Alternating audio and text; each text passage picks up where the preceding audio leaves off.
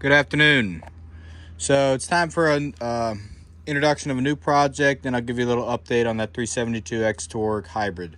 So that saw, I believe, has an air leak. So it also has a oil leak problem that pretty much it was leaking oil behind the clutch drum, and the saw was not getting full power because the clutch was slipping. So that made me feel a little bit better about how much time I put into that project there as to why it wasn't making the power that it should. I mean, it sounded really good out of the wood. It just, in the wood, didn't have the power. So now I believe I have an air leak.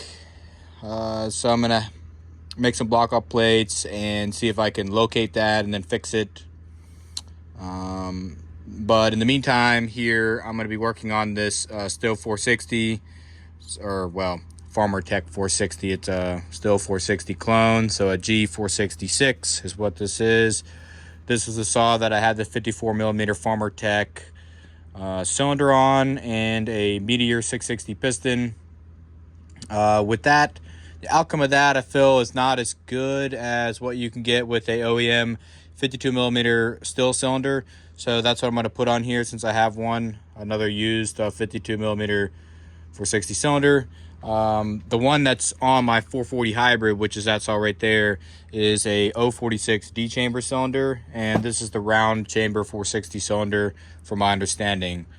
The plating, how the plating looks in this one, it looks better than this cylinder, so that's why I had originally bought this one and just have been saving it for the right time, right project.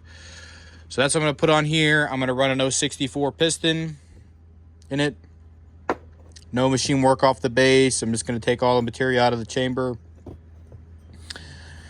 I haven't decided if I'm going to do a dome or not. I was kind of leaning towards no dome and just a flat top because it's just easier to do it that way. If I could get a smoother squish band. So that's kind of where I'm leaning towards on this build. I'm going to make some templates of that cylinder so I can replicate exactly what was done to that one to other ones. As far as, like, you know, the shape of the exhaust, the height of the transfers. The port work, surprisingly, on that one, because I measured it and measured all the ports, the widths and the heights of all the ports on that cylinder, and it's actually pretty conservative. I was surprised at how conservative that it actually was relative to what I thought that it was. So I'm going to go a little bit farther on this one. We'll push the intake duration a little bit and increase the compression a little bit more than I did on that one. I actually cut a little relief. Well, I don't have the piston. It's actually on this saw right now. So I get the timing wheel zeroed out. So that's all accurate. But I cut a relief on the exhaust side of the piston in the mill here. I took like a 40 thousandths off of it. So it just on the exhaust port, that's what I did there, but I'm not going to do it on this one. I don't feel that that's necessary. We'll see if we can get away with a little bit more compression here. So yeah, that's kind of what I'm doing. This is a new blank mandrel. I haven't finished this one yet, but I did use the mill. After milling these slots, I milled these little recesses here just so it's easy to get my hole started here for my 3 set screws. You don't technically need 3, but I'm just going to put 3 in here just to be on the safe side. So this is the 52 millimeter mandrel. That's what this one is. Had that for quite a while. I've just been waiting to do a 52 millimeter. So I was going to do the 064 with this one. That was, I guess, what I was probably building it for originally, but that cylinder, the plating is not in good shape on that one. So I'm on the hunt for a 54 millimeter 660 cylinder for that 064, and then I'll probably run a 288 piston in there. Is kind of what I was thinking, because I feel like that's the best designed piston for that build. I also bought another duplicate saw to one of the other Farmertecs that I had. I just so happened that I made an offer on a saw that was on eBay. It looked like the person was just trying to get rid of it based on their initial price, so I just shot him like kind of the max that I'd want to spend on it. So we'll have another project here, and I'll go a little bit farther on that one as well, so it'll be kind of a similar theme to this one. we'll somewhat replicate what I did on the other one and see if we get more power out of this one, kind of thing. I'm not going to tell you what that saw is. I'll have a video up of it when I get started on that project. But we're going to try to get this one done before that one gets here. These don't really don't take me that long. The dual transfer ports, like on these older saws, are just much quicker for me to do. I can do this saw like twice as fast as I can do a Husqvarna or a quad port style saw. So these are my favorite ones to build. These just the dual transfer ones, and I seem to be pretty good at doing them. I get good results. And this 440 hybrid was very close to my ported 500i, so I feel that that's a pretty fast saw there.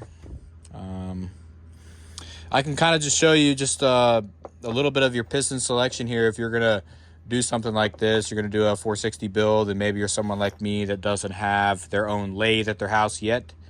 So I have to go to my work and use the lathe there. But one thing that's nice is if you do a piston swap in a 460 saw, there's a lot of piston options that are 52 millimeter.